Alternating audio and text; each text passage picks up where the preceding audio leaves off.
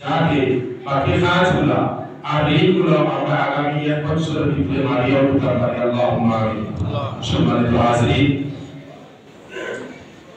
উম্মতে মুহাম্মাদের মযহাবে ইসলামের ইতিহাসের মধ্যে সর্বপ্রথম মদিনার শহীদের মধ্যে রাসূল করিম সাল্লাল্লাহু আলাইহি ওয়াসাল্লাম মক্কা থেকে সারিয়া মদিনা হিজরত করার পরে প্রথম যে মসজিদ বানিয়েছে রাসূলুল্লাহ সাল্লাল্লাহু আলাইহি ওয়াসাল্লামের বানাইছে, এটার নাম হলো মসজিদ কুবা।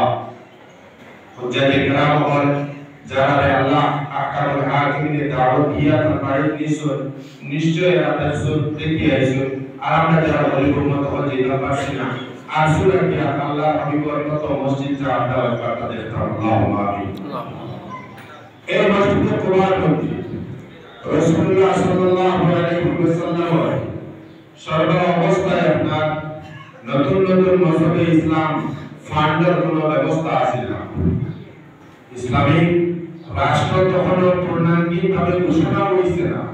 এখনো পর্যন্ত মানুষ লুকাই লুকাই আপনার মযহবে ইসলামে কবুল করা, কোনো পরিকল্পনা নাই, কোনো ফান্ড নাই। আমরা নবী আকা সাল্লাল্লাহু আলাইহি ওয়াসাল্লামের নিজ মেহনতে নিজে সরাসরি নিজের নুরানি জিসম লইয়া ও মসজিদের মেহনতা মজবুত করিয়া মসজিদটা বানাইছেন। আল্লাহুম্মা আমিন। আল্লাহ কাছে আমরা জিতাম যেগুলো আমরা মসজিদের মধ্যে নিজের সরাসরি ইয়া সময় দিয়া মসজিদের কাজ করতে পারি, মসজিদের মধ্যে সময় দিতে পারি, এটা একমাত্র আমরা রাসূলের সুন্নাহ। সুবহানাল্লাহ। আর ওই হুজুর সাল্লাল্লাহু আলাইহি ওয়াসাল্লাম কিয়ামত পর্যন্ত দেখাই দিয়া দিয়েছিল ছোট বান্দারা হলাসো দিলের মধ্যে ওই কমজোরি মাত্রা পয়দা হয়ে যায় যে যদি আমার কাছে আজকে টাকা থাকতো আমি মসজিদের মধ্যে বড় বড় কিলা দিয়া বড় বড় খুঁটা দিয়া মসজিদের বিভিন্ন রকমের কালার দিয়া আমার সমাজের মধ্যে নামটা উচ্চারণ হয়ে আর আমি সব ফায়দা পাই।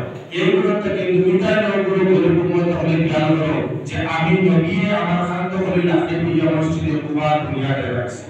আমার তখন কিতা আসবে না, ফান্ড আসবে না, পয়সা আসবে না, কিন্তু নবী যদি সাইলাম আল্লাহ ঘোষণা দিয়া দিয়েছেন নবী তুমি যদি খুশি দাও তো তোমার ও ফান্ড আমি শোনা আদায় দিয়ে দেব।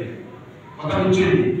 কিন্তু ইসলামের লাগি মযহবে ইসলামের দৃষ্টান্ত রাখিয়ে গেছেন যে মুসলমান হল যে সময় যে জায়গা মধ্যে এ হয়েছে তখন 5 লাখ 10 লাখ 20 লাখ আপনার 1 করোড় টাকা কোনো কিছু বেশি জিনিস না, মাত্র 14 মাসের বেশি। আমরা ক্ষুদ্র ব্যবসায়ী হলে সোনাই বাজার মধ্যে একটা মসজিদের বাড়িতে আছে, কিন্তু এই মসজিদের মধ্যে নামাজ যে আমরা আদায় করতাম প্রথম হক হইয়া হলো মাসাজিদে নামাজ পড়া মসজিদের বেশি কাজ করা। যদি মসজিদের মধ্যে জামাত পাবন্দির সহিত না হয়, জামাত যদি মানুষ না করে ময়দানে মাশরুর মধ্যে এই মসজিদে শিকায়ত করব, বিচার দিব আল্লাহ আহকামুল হাকিমিনের কাছে যে বিচারের কারণে আমরা ব্যবসায়ী এবং আত্রাফের মধ্যে যে দোয়া আছে কিনার মধ্যে যারা দোয়া আছে আমরা প্রত্যেক আল্লাহ তাবারাকা ওয়া তাআলার কাছে জবাবদিহি দিতে লাগবো।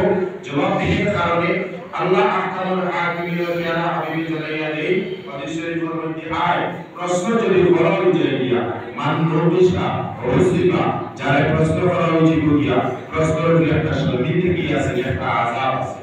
আমি আপনাদের সামনে একটা মাসলা করতে কিয়াল আপনারা একটু লক্ষ্য করবা। আমি হলো সুন্নাত পড়ার পরে দেখছি আমরা তাহিয়াতুল ওযু আর দাখিল মসজিদ যে 2 রাকাত 6 রাকাত নামাজ পড়ি না সবাই, এটা জুমার মতো সম্পর্কিত কোনো নামাজ না। কথা বুঝে যাবেন? যে সময় আপনি মসজিদের মধ্যে দাখিল হইয়া ঢুকি যাইয়া সঙ্গে সঙ্গে আমি কিতা করতাম প্রথমে দাখিল মসজিদ নামাজ পড়ে যেতাম যদি মাকরুহ না থাকে। এটার লাগে আমরা জুমার আযানের অপেক্ষা করতাম না, অন্য ওয়াক্ত যে কোনো সময় আমি মসজিদে ঢোকার পরে এই 2 রাকাত নামাজ পড়া আমাদের সুন্নাত। রাসূলুল্লাহ সাল্লাল্লাহু আলাইহি ওয়াসাল্লামের আমল ছিল।